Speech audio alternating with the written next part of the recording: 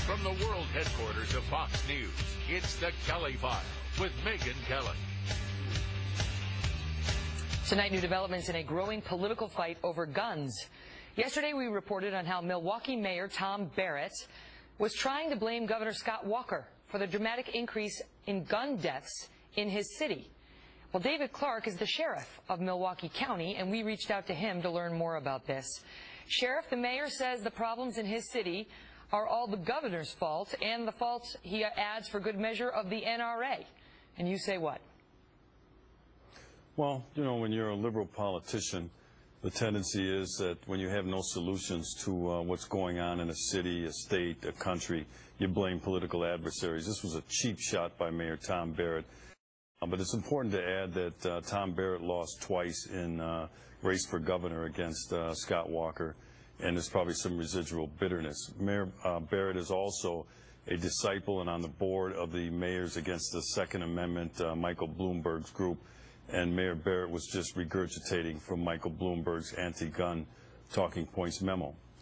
Mayor Barrett has been the mayor of Milwaukee for 10 years. This stuff's been going on for a long time, and it's his failed policies that have led us to where we're at today. The uptick in crime in Milwaukee has been significant, according to those who are in the know in the area. They say that, let's see, this is another politician there who says the homicide rate in Milwaukee is 6 times that of New York City. Milwaukee's auto theft rate is 12 times that of New York City's. Milwaukee's burglary rate is 5 times that of New York City. Why do they keep comparing it to New York City? This is making me feel uncomfortable. The rape rate is 3 times New York City. Basically, they're saying Milwaukee is a dangerous place to live. They lay the blame at the feet of the mayor. You, as the sheriff of Milwaukee County, what do you say?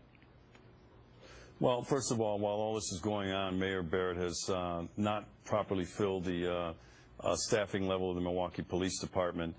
They're about 200 to 300 officers short. He furloughed every city of Milwaukee police officer for 3 days each. It's the soft-on-crime judiciary in Milwaukee County that won't properly sentence career criminals.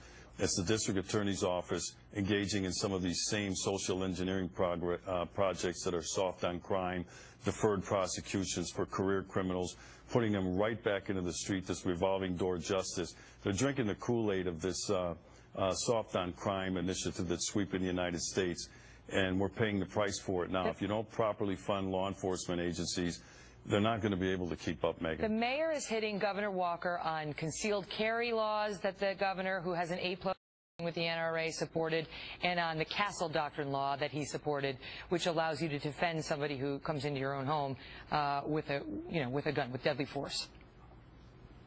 There's no data to support Mayor Barrett's claim that Castle Doctrine or people being able to defend themselves, play a role in their own defense through the carrying concealed weapons has anything to do with the crime and violence. The perpetrators of the crime and violence in Milwaukee, in the city of Milwaukee, Milwaukee County, are career criminals. They do not possess a carry concealed license. These are not Castle Doctrine issues. That's why I said he's just regurgitating Michael Bloomberg's anti-gun talking points memo. Here's the Scott Walker that I know. When he was the county executive of Milwaukee, and I'm the sheriff of Milwaukee, we worked together. Public safety was always at the top of then County Executive Walker's priority list. The same when he became the governor of the state. He always made sure that my office was properly funded. When there was an issue of public safety, Scott Walker had the wherewithal to rely on the people who know a little bit about public safety. He would come to me and say, Sheriff, I have a decision to make. How is this going to affect public safety? Right. I would think that as President of the United States, he is going to have that same wherewithal to listen to his commanders, his military commanders on the ground, listen to Border Patrol agents, and then rely on them to make his decision. And when he makes a decision, he won't do like Tom Barrett and stand up there and blame others. Scott Walker will take responsibility for his decisions. And that's a very important trait that I like about Scott Walker. Sheriff, it's great to see you. Thank you, Megyn.